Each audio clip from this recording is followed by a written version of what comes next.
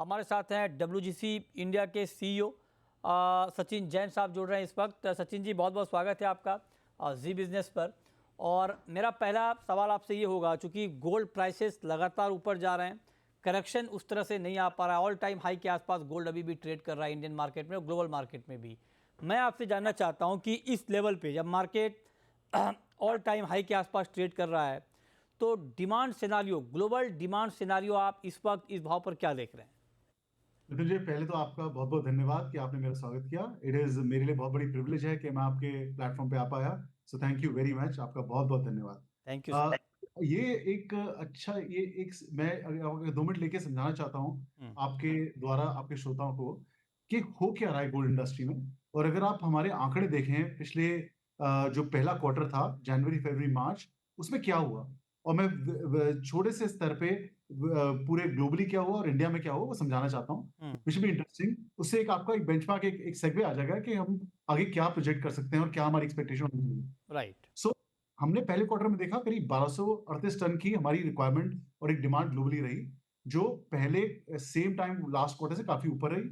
अगर इसके 4 स्तंभ देखें, 4 जो पिलर्स रहे, उनमें नंबर 1 रही जो आपकी सेंट्रल बैंक बाइंग थी, which has gone up historically high. 290 ton के करीब सेंट्रल बैंक बाइंग थी, जो सबसे इंपॉर्टेंट रीजन रहा।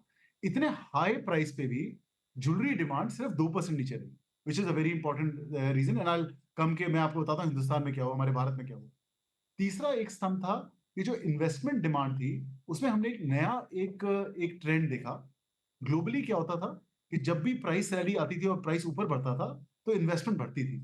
हमारे eastern part of the world में, इंडिया में, चाइना में, जब प्राइस ऊपर जाता है तो प्राइस रैली थोड़ी स्टॉल होती है, थोड़ी नीचे आती है। इस क्वार्टर में हमने ये देखा, ये कंप्लीट रिवर्स रहा। वेस्टर्न मार्केट्स ने इन कैश किया, प्रॉफिट बुक किया, और hence was a very different response. और इंडियन और अपना चाइनीज एरिया, ईस्टर्न मार्केट में ये हमने पहली बार ऐसा देखा कि as price was going up, एक रैली ऊपर गई। और चौथा एक जो हमारा एक पिलर जो हमने पहले क्वार्टर में देखा, वो ये था कि टेक्नोलॉजी लेड डिमांड काफी बढ़ रही है। इसको मैं इलैबोरेट करना चाहूंगा कि एआई की जो माइक्रोचिप बन रही हैं, उसकी फास्ट प्रोसेसिंग के लिए उनका गोल्ड का यूसेज है। और एआई हमारे हिसाब से, और जो हमारे एक आंकड़ा है कि इसकी प्रोजेक्टेड ग्रोथ बढ़ी रही है, it become a part of a life. एक एक नॉर्मल हम person will be using it. इसके हिसाब से पहले क्वार्टर में हमने करीब 10% बढ़ोतरी देखी एक टेक्नोलॉजिकल कंजम्पशन में। तो ये तो ग्लोबली आपने देखा क्या हुआ। अब हम भारत की बात करते हैं।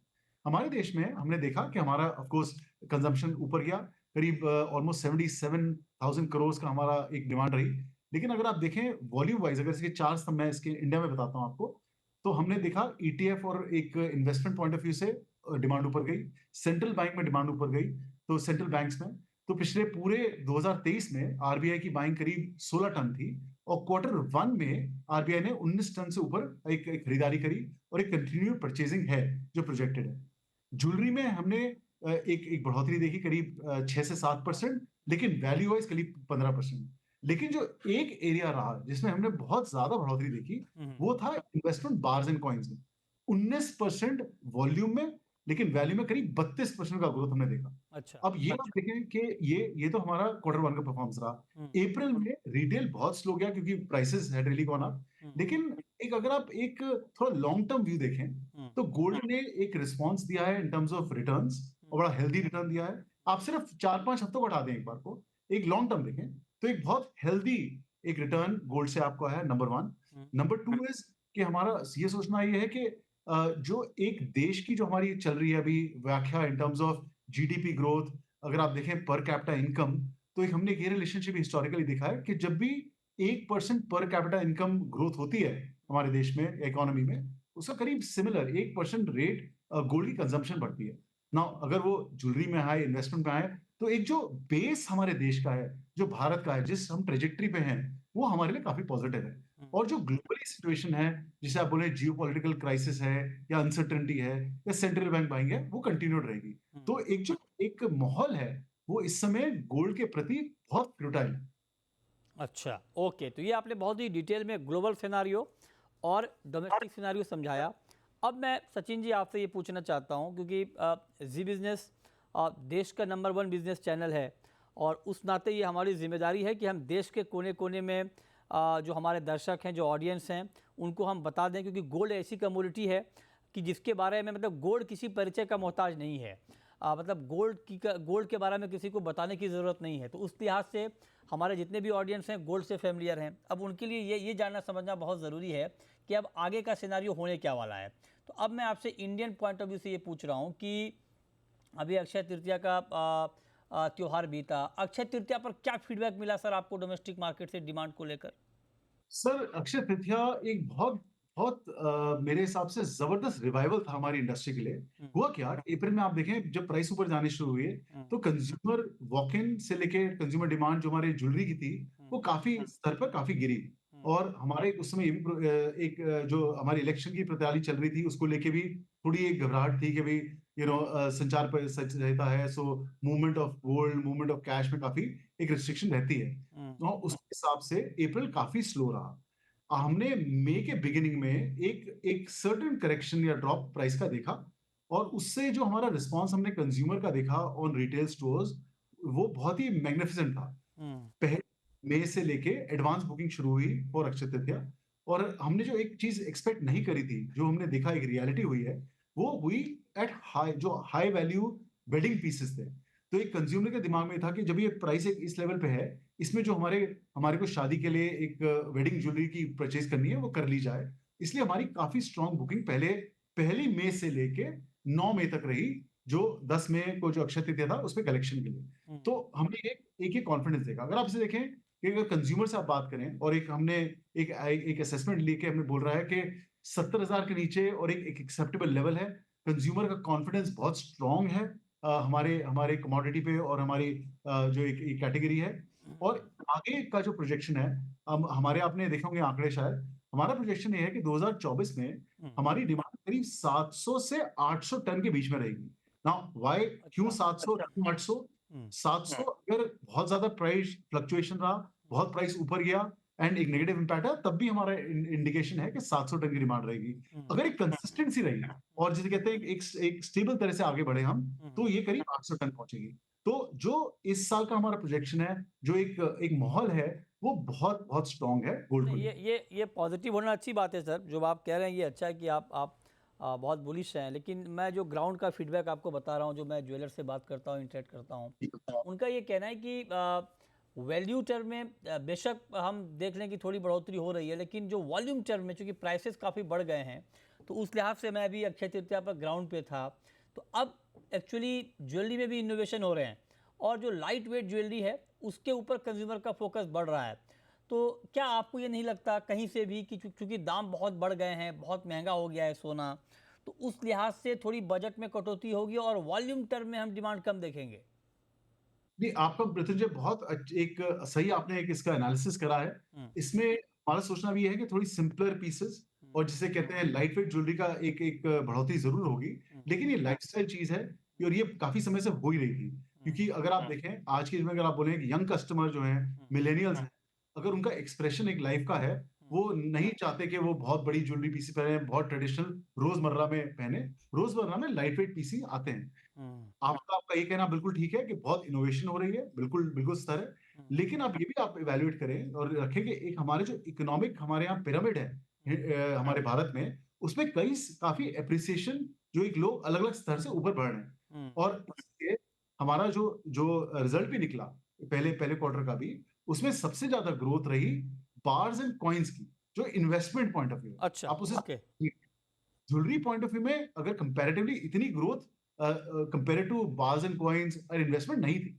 और एक कंज्यूमर, यंग कंज्यूमर रिस्पॉन्ड जरूर करेगा गोल्ड की क्रेडिबिलिटी पे, गोल्ड एज ए कमोडिटी, क्योंकि गोल्ड हमारे देश में, जैसे आपने शुरू ही बोला, कि कोई उसको एक एक इंट्रोडक्शन की जरूरत नहीं है। हमारे हर घर में, हर इकोनॉमिक स्टेटा में गोल्ड की एक वैल्यू है, हमारे हर परिवार में गोल्ड की एक वैल्यू है।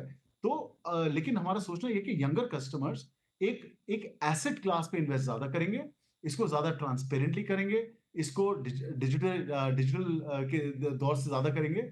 और जिसे कहते हैं कि ज्वेलरी को तो हमारे को चेंज करना ही पड़ेगा, बिकॉज एक लाइफस्टाइल कंज्यूमर का फर्क है हुँ, आज की डेट में। हुँ, अगर आप यंग लेडीज को भी देखें, एक एक मिलेनियल को देखें आज, हुँ, तो वो एक मल्टीफेसेट रोल प्ले करती हैं। वो अच्छा, सुबह वो सुबह ठीक बात अपने है। हाँ, अपने घर को भी चलाती हैं, वो अपने ऑफिस को भी चलाती हैं। राइट, सुबह राइट, बच्चों को स्कूल भी ड्रॉप करती हैं, हाँ, शाम को बिल्कुल, एक ड्रिंक भी लेती हैं, मतलब तो एक उनका लाइफस्टाइल बहुत डिफरेंट है हाँ, और उस तरह वो अपने आप को एक्सरसाइज करती है, वो भी बहुत फर्क है। बिल्कुल। अगर हम ये हमारा फ्यूचर हमारी इंडस्ट्री का हुँ, पास्ट को लेके बिल्डअप होगा, जिस तरह पहले रिचुअल था कि हुँ, भाई आपको इस दिन ये पहनना है और एक रिचुअल रहता था बहुत जरूरी।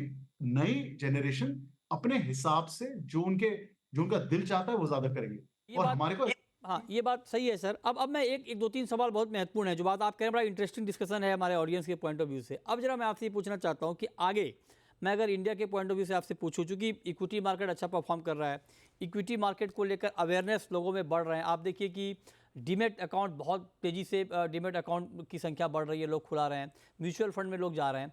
तो जब इन्वेस्टमेंट के इतने सारे विकल्प बहुत फ्लॉरिश हो रहे हैं, बहुत तेज़ी से आगे बढ़ रहे हैं, तो आपको लगता है कि आने वाले वक्त में गोल्ड इनसे मुकाबला कर पाएगा, या गोल्ड आपको बाकी जो इन्वेस्टमेंट के ऑप्शन है उसके मुकाबले थोड़ा पीछे दिख रहा है इंडिया में आपको? सर गोल्ड एक अगर गोल्ड का पर्पस देखें, गोल्ड का पर्पस एक है, अगर मैं आपको बोलूं तीन तीन जरियों से हुँ, कि क्यों, कैसे और क्यों, कब और कैसे, हुँ, है ना? ये हुँ, तीन उसमें मैं बोलूं तो गोल्ड की महत्वपूर्णता एक एक पोर्टफोलियो में बहुत इंपॉर्टेंट है। क्यों? क्योंकि ये एक बड़ा सेफ डाइवर्सिफिकेशन है।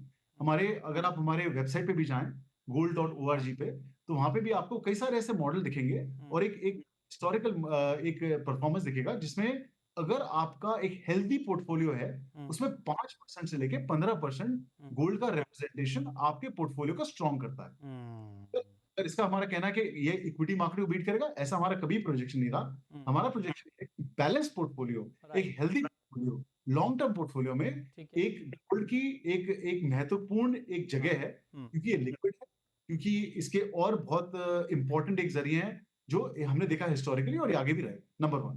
नंबर 2, क्यों मतलब अगर आप बोले भाई कि कब करना चाहिए और is this the right time, तो आपको अपना पोर्टफोलियो देखना जरूर चाहिए।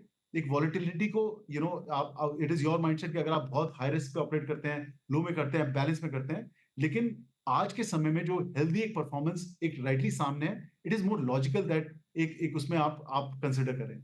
और कैसे कि कैसे इसमें इन्वेस्टमेंट करी जाए, हुँ, तो कैसे इज ऑफ कोर्स जैसे आपकी मैं अभी इमेज भी देख रहा हूँ यहाँ पे, तो ज्वेलरी इज वन फॉर्म। हुँ, लेकिन अगर आप देखें तो जैसे गोल्ड ईटीएफ्स हैं हुँ, और बहुत सारे ऐसे जरिए हैं जो डिजिटली भी आप ठीक है। एक हुँ, इन्वेस्टर इन्वेस्ट कर सकता है। ये नए एक तरीके से आप कर सकते हैं जिसमें ओके, अपने एक बेनिफिट्स हैं। और हमारा ये भी सोचना है ठीक कि है। जैसे आपने मेंशन करा कि इक्विटी मार्केट है, म्यूचुअल फंड है, हुँ, एक यंगर कस्टमर जो इतने मतलब इतने करोड़ लोग हमारे डीमैट अकाउंट लेके बैठे हैं, हुँ, उसमें एक एक नया ट्रेंड है एक तरह का कि हुँ, कंज्यूमर उसमें इन्वेस्टमेंट कर रहे हैं और गोल्ड के राइट, उसमें बहुत सारे राइट सर। आज नए आ रहे हैं। ठीक है। अब सचिन जी, ये सारी बातें हो गई। अब एक सवाल डोमेस्टिक मार्केट पर, फिर मैं ग्लोबल मार्केट पर आपसे आऊँगा। डोमेस्टिक मार्केट पर एक सवाल मेरा आपसे ये है कि इस बार मानसून काफ़ी अच्छा रहने वाला है। आईएमडी ने ये अनुमान लगाया है, और अब तो ये भी कह दिया कि मानसून वक्त पे पहुंच रहा है केरल, 31 मई को पहुंचने वाला है। और रूरल डिमांड का एक बड़ा कंट्रीब्यूशन रहा है गोल्ड की ओवरऑल डिमांड में। तो इस बार आप जो रूरल डिमांड है गोल्ड की, उसको किस तरह से देख रहे हैं? हम काफ़ी इसे स्ट्रांगली देखते हैं इस साल में। लेकिन अगर मैं वापस जाऊँगा पिछले क्वार्टर में, क्वार्टर 1 में क्या हुआ? हुँ, क्वार्टर 1 में हमने ये भी स्टडी करा हुँ, कि जैसे एक रीसाइक्लिंग होती है गोल्ड की, हुँ, हिस्टोरिकली हमने जब भी देखा है हुँ, कि जब भी प्राइस गोल्ड का ऊपर जाता है, हुँ, कंज्यूमर आके उसको इनकैश करता है, ठीक है। दुकान में। ठीक है। हुँ, और जब भी ऐसा होता था तो ज्वेलर को एक लिक्विडिटी अपनी हाई रखनी पड़ती थी कि कंज्यूमर आएगा तो उसको ऑनर करना होगा। पर्टिकुलरली रूरल इंडिया में हमने हुँ, देखा ये रिसाइक्लिंग हुई, ओके, लेकिन गोल्ड के प्रति गोल्ड की हुई। राइट। गोल्ड के प्रति कैश की नहीं हुई। हुँ, तो कंज्यूमर पर्टिकुलरली रूरल का रहा है, हुँ, वो एक इस इन्वेस्टमेंट कैटेगरी में बिलीव कर रहा है। ठीक है। और और जैसे आपने अभी मेंशन करा कि हमने जो अभी डिस्कशन किया कि किस प्रकार का प्रोडक्ट ज्यादा बिका, तो ज्वेलरी काफी बिक रही है, लेकिन थोड़ी modern jewellery even tier 4, tier 5, tier 6 city में ठीक है बिकी। सर, तो राइट। कंज्यूमर जो रूरल का है, विद इंक्रीज जो उनका मानसून रहेगा, हुँ, थोड़ी इनकम ज्यादा रहेगी, तो गोल्ड ऑफ कोर्स उनका एक पहला एक डेस्टिनेशन रहता है, हुँ। उसका स्ट्रॉन्ग आना चाहिए। ओके, एक छोटा सवाल सचिन जी आपसे और, कि ग्लोबल डिमांड कैसी रहेगी, इन्वेस्टमेंट डिमांड? क्योंकि ग्लोबल ग्लोबल सिनारियो बहुत तेज़ी से बदल रहे हैं। अमेरिका में रेट कट नो कट को लेकर बहुत डिबेट हो रही है। हालांकि अब ये कहा जा रहा है कि सितंबर में शायद फाइनली रेट कट आ जाए। इसको देखते हुए ग्लोबल डिमांड आगे कम या ज़्यादा? सो ग्लोबली आप देखें मृत्युंजय जी, अगर आप हमारे आंकड़ों की प्रोजेक्शन देखें, पिछले साल ये था कि कई सारे मल्टीपल रेट कट्स की और रेट्स का एक अनाउंसमेंट होएगा, वो नहीं हुआ, काफी कम का है। तो इट इज कोई हम फर्म नहीं दे सकते, लेकिन जो अगर आप एक रिटर्न गोल्ड का देखें वो बहुत स्ट्रांग है, वो फंडामेंटल है।